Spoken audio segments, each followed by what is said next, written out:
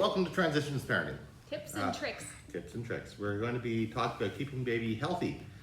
We will go over growth charts. We are going to go over some illnesses.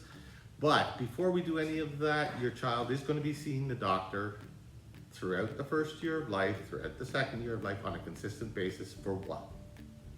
It's their shots and general checkup. So they will see a doctor on roughly a week to 6 weeks after birth. 2 months for shots, 4 months for shots, 6 months for shots, and then 12 months for shots. Those are mandatory. No, I'll change that. They're not mandatory visits. They are for the health of your child. Hi folks, we're talking about transitions parenting today. We're going to be going over growth charts and the importance of them. So what are the importance of growth charts? It allows you to keep an eye on your child's growth and their development. It also allows your medical team to follow your child's growth. So if there's any issues that come with their height or their weight and they don't match up or they change all of a sudden, the tracking tool allows them to see when it starts to go sour and when they should intervene with different things or different ideas. It doesn't mean that as soon as something happens, they're going to jump on it. They'll be able to track it and at a later date decide if something's wrong or not. So this is a growth chart for birth to 36 months in our boys. There's a different one for girls because boys and girls grow differently. So if you're looking at this chart, they're not easy to follow. We have length along the first 3 quarters and then weight along the bottom.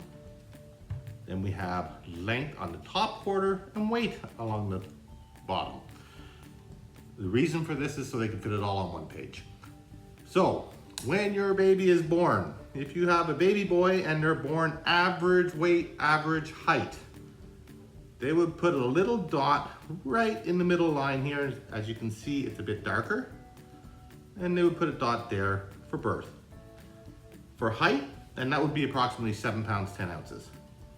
For height, if they were average, 50th percentile, which means 50% or above are taller, 50% below are shorter. But your little one would be about 19 3/4 inches if they're in the 50th percentile. And again, they just put a little circle right here. And as every time that they see a doctor, they take their height, they take their weight, and they would replot it. So say at 3 months, if you went and they were still in the 50th percentile, your baby should weigh approximately 13 pounds. In height, they should have gained approximately 4 inches. So they'll be between 23.5 and 24 inches in length. What the doctors are looking for is if for whatever reason your child gained height and was still in the 50th percentile at 23.5, 24 inches, but their weight went down to the 5th percentile or 11 pounds. So they didn't gain weight during this whole time. The doctors might start questioning why are they not gaining weight? So it gives them a little bit of a tool to look at. Your next visit, they'll do the same thing. If it has not increased in weight, but the height's still along the 50th, they're going to start to question, okay, why is this baby not gaining weight? Let's see the parents start tracking feedings, diapers, if they've been ill, so that they can start investigating if there's something medically wrong with this child. And they will do that all the way up till 36 months or 3 years of age. And they're hoping that through this whole time that your child will follow the same or similar line, similar percentile as they go through their first 3 years of life.